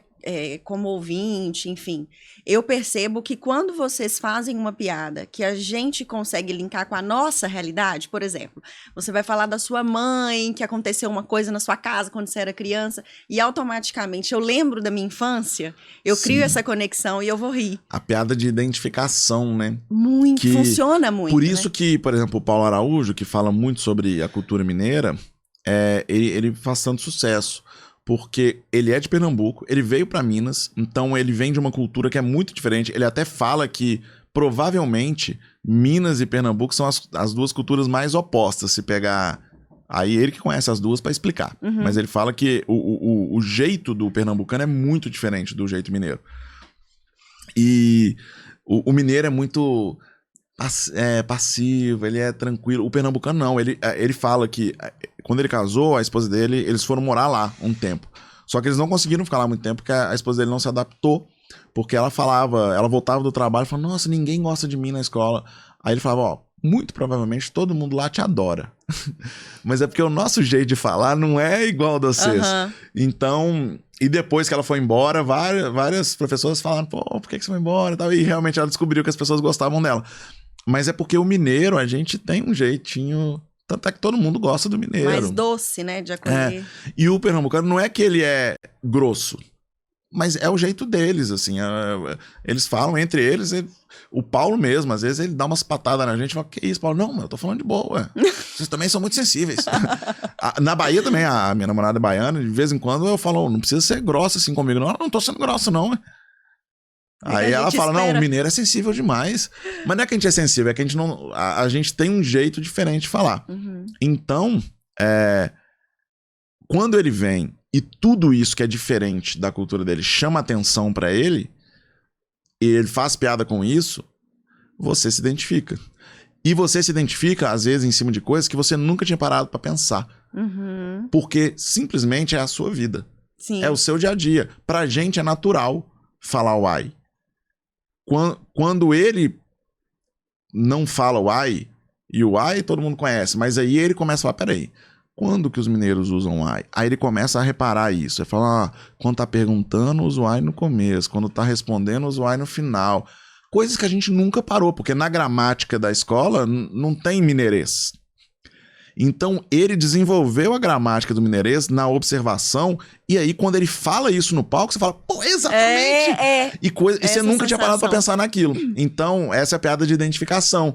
Que às vezes ela nem precisa daquela quebra tão grande, né? Aquela coisa de ser uma coisa muito absurda que une universos diferentes. Uhum. porque você se identifica, você se sente representado ali. Uma outra estratégia que a gente vê também os humoristas fazerem é quando chega, por exemplo, na cidade, pergunta qual é o bairro mais chique? Sim. Qual é o bairro mais popular?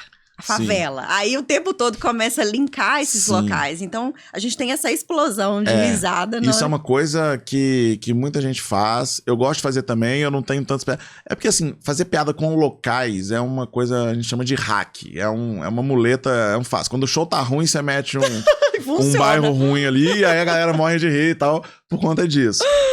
É só falar coisas que ofendem algumas pessoas que dá resolve. certo. Tem algum, por falar em ofensa, tem algum tema que você jamais faria piada? Não. Sério? Vale tudo pelo humor, então? Não vale tudo pelo humor, não. Eu tô falando de tema. Não quer dizer que eu vou fazer uma piada no meu show.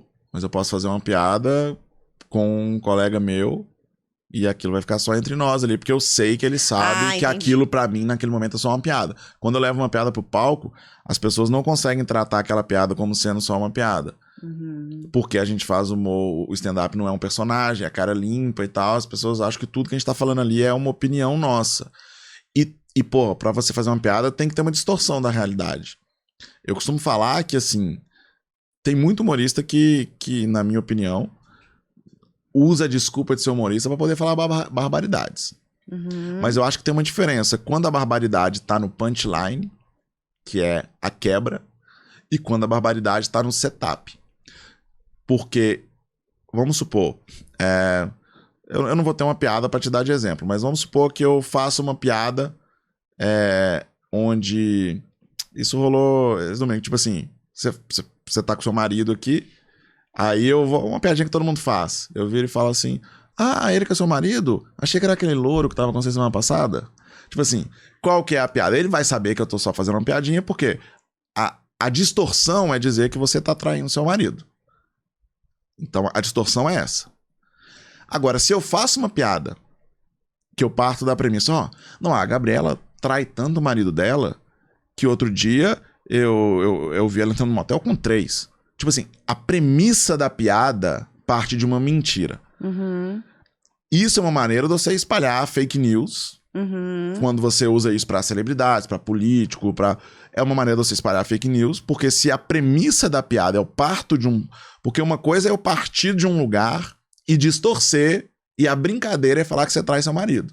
Então essa é a parte engraçada. Sim. Entendeu? Agora, se a parte que a base da piada depende de você trair seu marido, aí você não vai gostar, aí você vai se ofender. Uhum. Mas se eu faço do outro jeito, que a distorção é falar que você tá... Aí se você se ofender é porque também você tá apelando à toa, pô. Tá claro que é uma brincadeira. Mas eu vejo muito humorista que na base da piada já traz a ofensa, já traz uma coisa que não é verdade sobre aquela pessoa. E aí, na minha opinião, a pessoa tem todo o direito, inclusive, de processar. E aí vai depender também da justiça. Porque, assim, muita gente fala de liberdade de expressão e tal. Liberdade de expressão vale pros dois, né? Se eu faço uma piada falando que você trai seu marido, você tem todo o direito de não gostar e de me processar. Agora, se você de fato trai o marido e eu tô falando de uma coisa que todo mundo conhece, na hora que o juiz for julgar, vai falar, mas se você não quiser que brinca com isso, não deveria trair o marido. Então, e você já foi processado? Não, eu nunca fui. Tem humorista que tem orgulho de ser processado, né? Eu tenho medo. Eu não tenho dinheiro pra pagar processo, não. Chegou do quadro stalkear o convidado. Ai, meu Deus. Eu não sabia que tinha um quadro. Temos tudo. A gente vai entrar agora no Instagram de Bruno Berg e a gente vai stalkeá-lo. De modo que, quando você tá na sua casa, à toa, sem fazer nada, você vai entrar no Instagram de alguém e vai fuçar a vida dele. Então eu vou fazer isso agora. Você não vai achar nada. Não, o Instagram dele é muito business. É só trabalho. Mas encontrei. Se você for mais lá pra baixo, você acha. Vamos começar pela bio dele.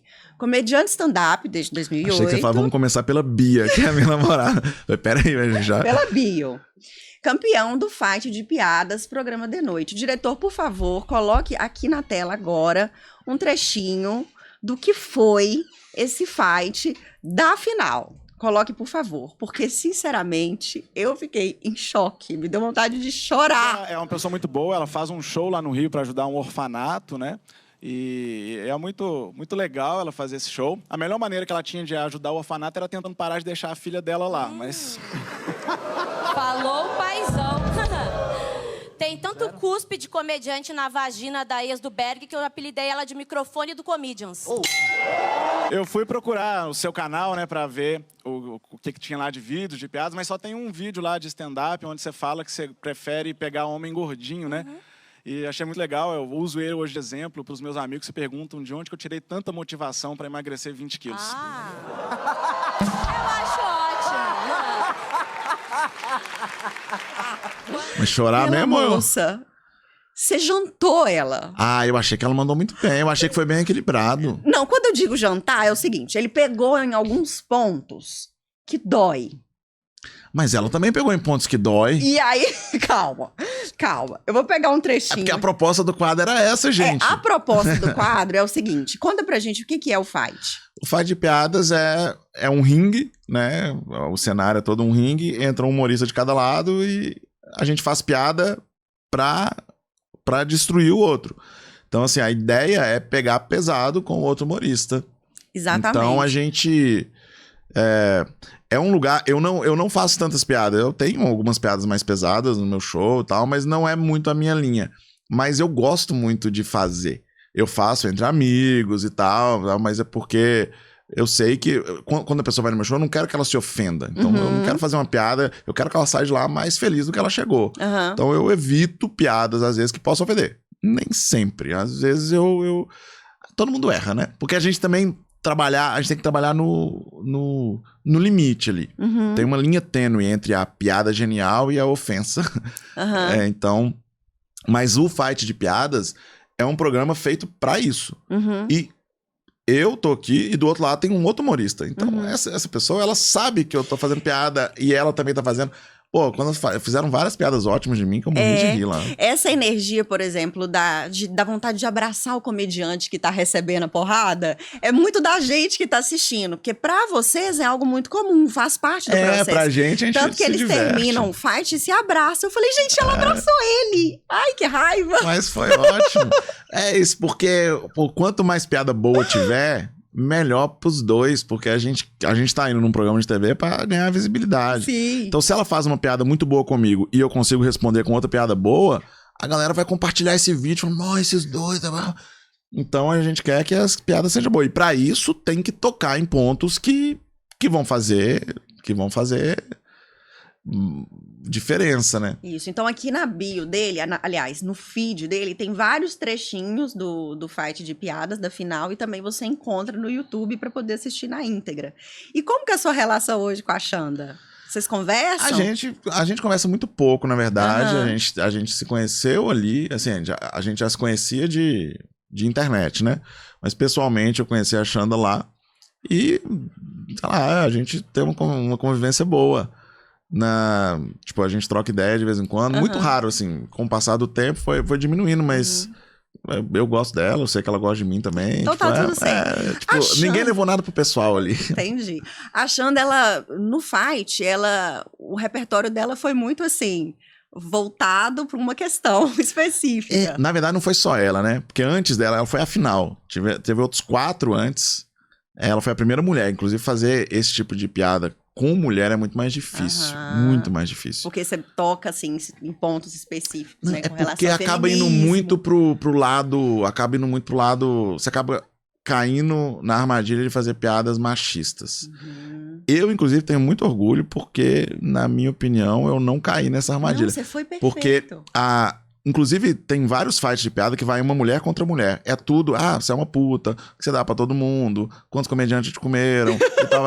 É tudo nesse... E eu falei, cara, se eu enfrentar uma mulher, eu não vou chamar atenção pra isso. Eu não vou falar, não estou fazendo piadas machistas. Eu simplesmente não vou fazer e vou mostrar que dá pra ganhar sem ir pra esse lado. Porque é isso, eu fiz várias piadas, na minha opinião, boas com ela, tanto é que eu fui o campeão. E eu não precisei ofender ela pelo fato dela ser mulher. Eu fiz várias coisas, tipo, eu falei da filha dela, né, dela ser uma mãe ausente, mas eu poderia falar de um pai ausente também. Ok que no caso da mãe isso é um pouco mais tenso pelo papel. No meio. Mas eu não... Eu negócio de... Porque todo mundo que ela enfrentou antes, em algum momento falou que ela era vagabunda. Desculpa. Falou que ela era vagabunda, que ela... Eu falei, cara, esse não é... Eu não gosto desse tipo de humor. Quem gosta, vai lá, faz. Se a pessoa se ofender, te processa e você se entende. Não tô querendo também dizer que todo mundo tem que ser politicamente correto. Não, eu acho que tem espaço na comédia pra todo mundo. Igual eu falei, umas piadas que eu não faço no palco, às vezes eu faço quando eu tô com amigos. Isso não te torna uma pessoa ruim. Mas eu não quero fazer uma piada com um tom machista pra reforçar o cara que é machista de verdade... usar a minha piada pra ofender alguém de verdade, entendeu? Então, tipo assim, sei lá, antigamente era muito comum piada falando, porque a mulher com o cartão de crédito do marido, não sei o quê. Aí, se eu faço uma piada onde eu falo que a mulher, tipo, depende financeiramente do marido de alguma maneira, a mulher que tá numa situação, tem um casal que tá no meu show, numa situação onde por algum motivo... a mulher tá dependente do cara naquele momento e tal, o cara vai pegar e vai cutucar a mulher e ela vai ficar mal com aquilo.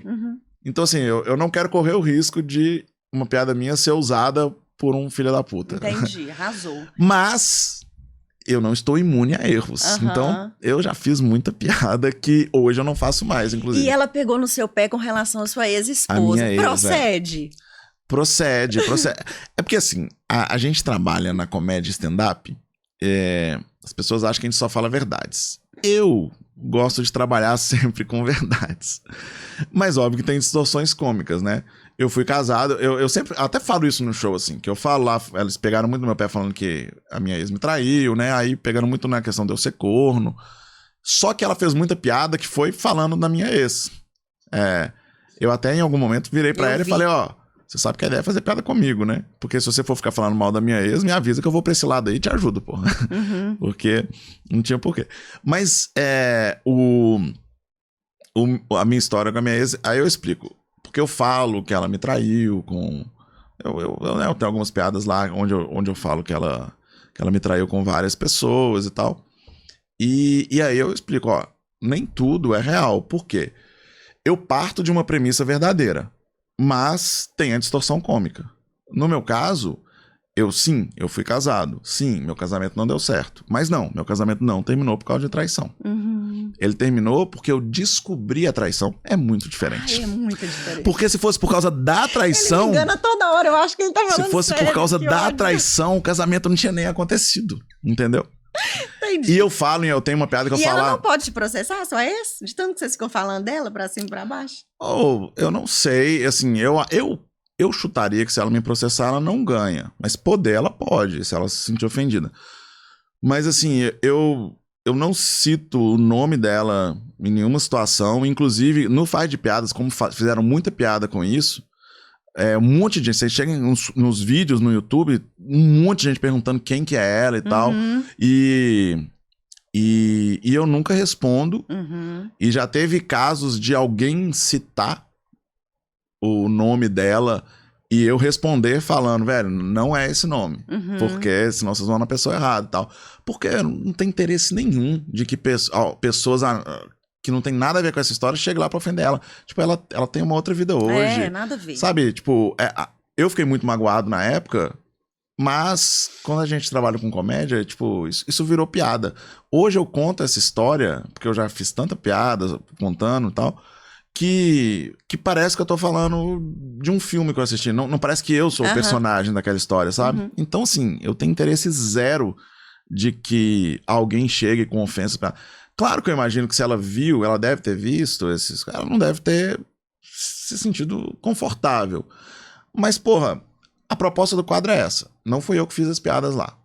As piadas que eu faço no meu show, eu acho que são até de boa. Eu falo que eu fui traído e tal, e faço piadas sobre isso, mas eu não fico falando que ela é vagabunda. Eu não uso esse termo em momento algum, porque eu realmente não concordo. Eu não acho que ela seja. Eu acho que o problema dela não é ter me traído com várias pessoas. O problema dela é ter um acordo comigo e ter quebrado esse acordo. Agora, depois que ela separou, o que ela faz da vida dela, não tem nada a ver comigo. Mas eu perdi um raciocínio agora que eu tava falando. Qual que era a pergunta mesmo? Você falou se ela poderia me processar e tal. Mas é isso, tipo, quando ela casou com um humorista, ela tinha noção de que o nosso casamento zoada. poderia virar piada. Tanto que eu fazia, sempre fiz, desde que a gente namorava. Tinha piadas ali sobre coisas nossas e tal. Quando ela decidiu trair esse humorista, ela sabia que se eu descobrisse isso poderia virar piada. Daria pra roda. E aí o que aconteceu? Eu fui chamado pra participar desse quadro, que poderia me dar uma visibilidade boa, e deu, tanto é que eu fui o campeão, então assim, foi uma oportunidade boa na minha carreira. O único motivo pra eu não participar seria, é óbvio que todo mundo vai fazer piada com isso. Por quê? Porque ela me traiu com humoristas. Então todo mundo na comédia sabe disso. Sabe dessa história. Eu fui o último a saber, porque o corno é sempre o último a saber. Mas a galera da comédia em geral já sabia que isso estava rolando. E aí, eu vou abrir mão de uma coisa que pode ser boa pra minha carreira pra preservar a imagem de uma pessoa que foi babaca comigo no passado? Não faz sentido também. Mas eu também não fiz nada lá pra expor ela, pra nada. Então, você encontrou equilíbrio, né? Você retrata aquela as realidade. pessoas fizeram as piadas, eu só recebi as piadas. Agora, mudando de assunto, o senhor agora tá cuidando da sua saúde, né? Esteve com o Dr. Guilherme Meneguzzi. Sim. Conhece ele? Conheço, tá aqui no seu feed, já ouvi falar muito do Dr. Guilherme. E você tá lá tratando os pneuzinhos, inclusive, querendo melhorar a sua saúde. Como é que tá isso? Pois é. Tá no início ainda, né? Como vocês podem ver aqui pelo meu físico. Eu tô tentando entrar num processo de realmente mudar hábitos, né? Porque eu não quero simplesmente fazer uma dieta, cumprir um protocolo ali, aí eu vou emagrecer, porque o meu objetivo era emagrecer 20 quilos. Eu emagreço isso tudo em 2 meses e depois não consigo manter, porque pirei a cabeça e tal. Então, assim, eu tô tentando fazer as coisas dentro de uma maneira onde eu vou cuidar da minha saúde física, mas sem ferrar a minha saúde mental. Porque eu sempre fui muito dependente de comida, bebida Coca-Cola. Eu sou viciado. Tomo Coca Zero, pelo menos, que senão eu já tinha morrido de diabetes. Eu fiz essa troca. Falei, se eu estivesse tomando Coca Zero, eu teria diabetes já, estaria ferrado de diabetes. Então eu tô trocando uma diabetes de hoje por um câncer daqui 20 anos. Meu Deus! Só que a Coca-Cola comum ia me dar diabetes hoje e o câncer daqui 20 anos. Então, assim, e é uma possibilidade, né? Eu posso ser atropelado daqui 10 anos e não chegar a ter o câncer. Então, a gente tá trabalhando aí com possibilidades. A minha ideia é conseguir cortar, por exemplo, a Coca-Cola. Mas por enquanto eu não consigo. Eu já tô cortando outras coisas pra começar a comer mais saudável. Então, mantém a Coca-Cola, que é 0 calorias. Então, eu consigo manter ela na dieta, uma coisa que vai me dar prazer e o equilíbrio. Tentar me equilibrar aí. Porque eu tenho um presente pra te dar. Que veio lá da Copenhague, em Itabira, pra você. Nossa, então, chocolate. A gente abre exceções. Claro, não deixa o Dr. Guilherme ver esse vídeo, não. Mas ele não vai ficar com raiva da gente, não. Pra você comer com a Bia, junto de um vinho. Não, a Bia nem gosta de chocolate. Sério? Corta essa parte, porque eu não vou falar pra ela que eu ganhei, não. Senão ela vai querer também. Mas, gente, um bombonzinho só. Eu queria agradecer a Copenhague, em Itabira, que fez a questão de mandar esse presente pro Bruno. E aproveitando que o Dia dos Namorados tá chegando... Se você tem medo de errar no presente, principalmente se é um crushzinho ali, que você não sabe ainda o que gosta, tá na dúvida, não sabe quanto calça, não sabe o perfume que prefere, aí você pode ir lá na Copenhague, em Itabira, e comprar um chocolate. Não tem erro. É maravilhoso o chocolate da Copenhague. Parafina Inclusive, nunca você me vi. deu uma ideia ótima. Talvez tenha um lacinho bonito aqui. Se eu der isso aqui pra Bia no dia 12... Delicado. Ela vai amar. Já tá embrulhado, tá pronto, né? Bia, esse aí foi do Pode Stalkear pra você, então, tá? Não. É pra mim. É pra mim. Eu queria deixar vou comer esse devagarzinho, recado e agradecer a Camila e o Lucas Copenhague, em Itabira, que mandaram esse presente pro meu convidado. Gratidão demais. Muito obrigado também. Parafina, nunca nem vi. Esse chocolate Itabira. é maravilhoso. Não, eu sei. Eu conheço. Eu compro pouco dele por uma questão de... como é que fala? Aquele negócio que eu não tenho, dinheiro. Gente, mas tem lembrancinhas lá, não, tem. Senhor No meu primeiro período de faculdade, você acredita que eu tinha um professor de arquitetura que ele falava da Copenhagen porque ele falava Eu nem lembro o contexto disso. Hoje parece muito mais um papo de coach do que de um professor de arquitetura. Mas a primeira aula era ele falando o que a Copenhagen vende? E todo mundo falava chocolate. Eu falava, não, Copenhagen não vende chocolate. Não, claro que é, eu já fui na Copenhagen, eu sei como é que é. Não, Copenhagen. E aí ele ficava nessa, provocando todo mundo, aí começava a falar, aí falava de outras marcas de chocolate. Quando você quer comprar? Você tá passando na Savassi aqui, 9 horas da noite, numa sexta-feira, tá tudo fechado, que loja que tá aberta? A Copenhagen. E aí ele ia mostrando, falando, a Copenhagen não vende chocolate, ela vende presente. Ela vende uma experiência, uma coisa, é a mais que o chocolate. Porque quando você ganha um chocolate, você gosta. Você fala, nossa, um chocolate, que delícia, eu vou comer. Quando você ganha um da Copenhagen, você... Porque é um chocolate especial, então não é um chocolate que você come no dia a dia. Né? A não ser que você seja, né, o Neymar. Gente, que publicidade é essa? Maravilhoso, arrasou. É que eu quero fazer show lá em Itabira com o patrocínio deles. Não, já conseguiu, Camila e Lucas, pelo amor de Deus. Maravilhoso. Qual o maior desafio de ser comediante no Brasil? Nossa, são tantos. Eu acho que o maior desafio de você trabalhar com qualquer tipo de arte no Brasil, apesar de que eu acho um pouco estranho falar que o que eu faço é arte às vezes, mas é um tipo de entretenimento, né? Eu acho que trabalhar com arte, quem trabalha com arte que não é entretenimento é mais difícil ainda, né? Com artes que... a comédia é mais fácil, né? A gente consegue... é mais popular, então a gente consegue ter um campo maior. Mas eu acho que hoje, eu não vou dizer no Brasil, mas eu vou dizer hoje, no momento de hoje, que talvez valha para o Brasil e para o resto do mundo, é as pessoas entenderem que o comediante é um comediante. Eu odeio e eu não compactuo com o discurso de vários comediantes que falam, não, uma piada é só uma piada. Não, eu acho que uma piada, você tá falando ela e tem um porquê. É o que eu falei, o negócio da premissa ter que ser verdadeira. Não é porque eu tô contando uma piada que eu vou entrar com uma premissa falsa. A não ser que seja uma anedota. Na anedota você fala, tinha um português, um americano e não sei o que, eles estavam andando na floresta, aí um coelho falou com eles. Aí, pô, não precisa anedota. No stand-up, as pessoas estão ouvindo, imaginando que o que você está falando é real. Então, eu acho que não é esse de, uma piada é só uma piada. Não, tem contexto.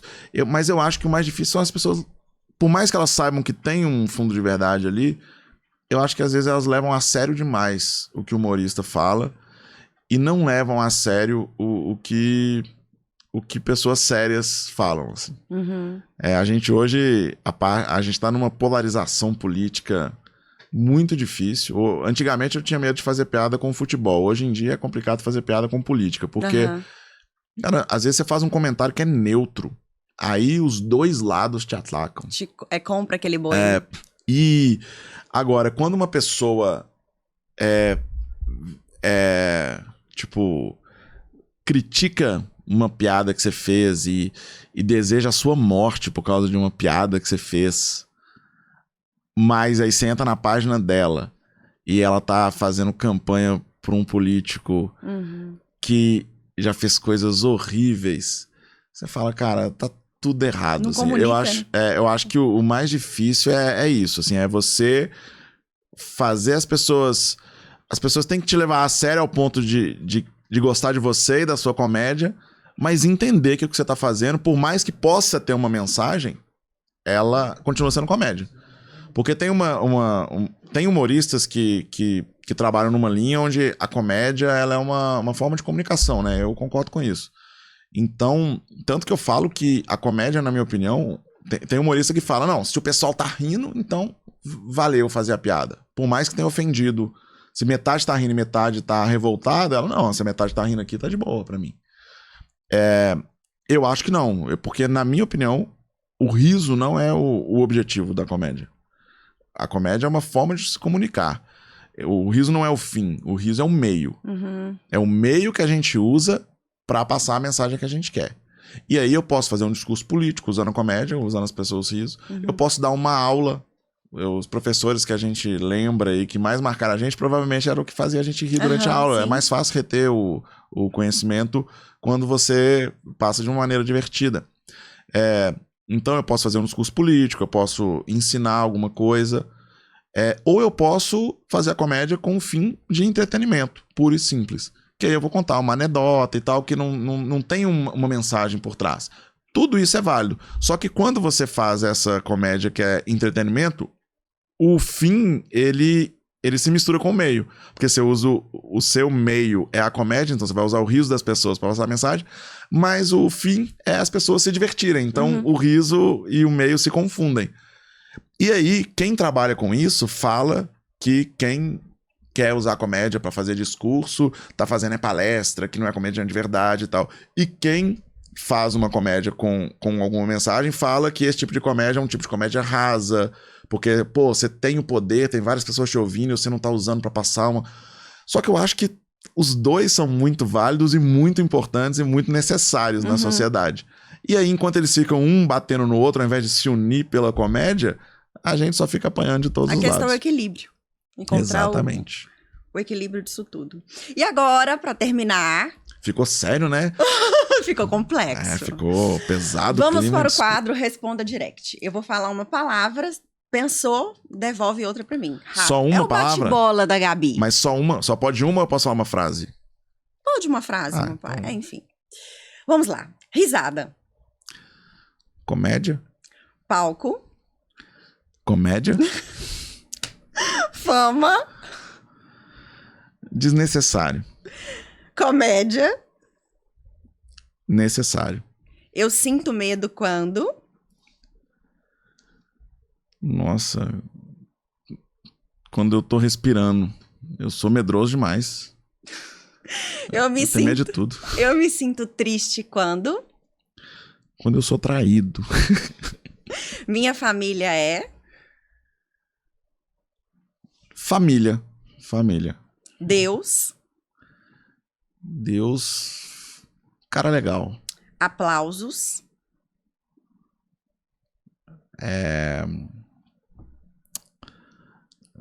Alegria.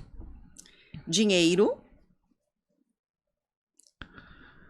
É bom. Bia. É boa. Inspiração. Bia. Mau humor. Bia. Não. Corta essa. Mau humor é... acontece. Bruno Berg por Bruno Berg. Bruno Berg. Bruno Berg tô tentando sempre acertar, mas errando bastante enquanto tento. Chegou o seu momento agora de dar o seu recado, de mandar o seu beijo, de deixar suas redes sociais. Gente, o recado é... consumam comédia, valorizem a comédia. Aqui em BH a gente tem muito humorista bom. Tem muito humorista bom. E a grande maioria não tem um alcance tão grande. A gente agora tem um comedy club aqui. Eu tenho uma produtora, né, que chama BH Comedy Club, porque o projeto era para ser um comedy club, mas a gente montou ele em janeiro de 2020. Aí veio a pandemia, impossibilitou, e a gente acabou depois não conseguindo abrir o comedy club, mas mantivemos o nome porque a gente já tinha criado um canal, já tinha uma galera seguindo. A gente continua produzindo comédia, mas agora temos o Copo Sujo Comedy Club, que é um bar mesmo só pra comédia. Pequenininho, 40 lugares, aquele show intimista. Então, assim, valoriza a comédia local também. A minha produtora, por exemplo, fez esse último final de semana um show do Afonso Padilha. Foram quase 6 mil pessoas. Fantástico, Afonso, um grande humorista. Mas, tipo, a gente precisa... Foram 6 mil pessoas ver o Afonso. A gente precisa de 40 pra encher um show lá no Copo Sujo. E tem enchido a maioria das vezes, mas tem humoristas que pô, vai lá, valoriza também, o ingresso é muito mais barato. E na hora que esse cara tiver grande e cobrando o preço do Afonso Padilha, aí você vai querer assistir e às vezes vai reclamar que o preço tá caro. Vai hoje. Tem muita gente boa fazendo comédia. Então, deixa esse convite, não vou deixar um convite para um show específico meu, mas para todos os humoristas aí de Minas, tem muita gente boa, tem uns mais fracos também, Mas aí equilibra. Mas aí eu chamo meus amigos pra fazer o show comigo e vocês vão por conta deles. E seu Instagram, qual é? Berg Bruno. Importante, Berg Bruno não é Berg com gemudo, tá? Não é Bruno Berg, não. Bruno Berg é um personal trainer de Brasília, filho da mãe, pegou o... Ele posta... eu acho que ele não trabalha, porque ele só posta foto de umas viagens, umas paisagens, uma selfie de baixo pra cima. Pô, devia ser proibido pelo sindicato postar selfie de baixo pra cima. Selfie todo mundo sabe que é de cima pra baixo pra parecer mais magro. Então, assim, o cara tem a barriga trincada. Aí a pessoa entra lá, Bruno Berg, vê o cara, nunca mais vai querer me seguir, porque ele é muito mais interessante que eu. Então, siga Berg Bruno. Arrasou. Não... Queria te agradecer pela oportunidade. Obrigado. Eu queria te falar que quando eu vi sua história, a questão da arquitetura e essa tendência para artes e ir atrás do seu sonho, eu me identifiquei muito. Porque o Pode Stalkear também é meu sonho. Eu também sou formada, graduada, e a gente... além da graduação, mexe os pauzinhos ali pra literalmente realizar esse sonho. Eu brinquei, eu faço essa piada do trabalho com o que te diverte, nunca mais se divirta na vida, mas é isso, é a distorção cômica, porque é isso, eu acho que todo mundo tem que correr atrás de fazer o que gosta mesmo, a gente tem uma vida só, até que provem o contrário, e pô, a gente trabalhar com algo que você não gosta... sabe, o dia inteiro, às vezes, fechado dentro de um escritório. Tem gente que gosta disso, tem gente que é isso. Eu vou sofrer durante o dia aqui, fazer isso aqui, mas pra de noite, você sabe, você trabalha por sua conta também, a gente não para. A gente não tem férias, não... porque mesmo quando a gente tá de férias, a gente tá preocupado com as nossas coisas. Mas são escolhas, né? E eu prefiro muito mais essa vida sem uma rotina tão rígida e determinada, mesmo que corra muito mais riscos. Acho que a vida fica mais divertida, assim. Gratidão demais, viu? Muito obrigado pelo convite, por essa adorei tarde também. Maravilhosa. Ainda ganhei chocolate. Agora... Chocolate não, Copenhague. E agora eu gostaria de agradecer aos patrocinadores que fazem o projeto Pode Stalkear acontecer com essa grandiosidade toda. Eu queria agradecer a Iagos Boutique, responsável pelo meu look, meu vestido Eduardo Amarante, lindo, maravilhoso. Nayara Bijus, responsável pelos meus acessórios. Obrigada, Nayara. Estúdio Lícia Velar, responsável pela minha produção de cabelo e maquiagem. Um beijo pra galera do Estúdio Lícia Velar. E Copenhague Tabira, que mandou um presente pro meu convidado. Um beijo no coração de todos vocês. Fiquem com Deus. Até a próxima. E Bruno Berg, você sabia que esse podcast é o podcast que revoluciona? Ah, é? É. Sabe por quê? Por quê? Porque aquilo que todo mundo quer saber e não tem coragem de perguntar, eu pergunto. Deixa comigo. Um beijo.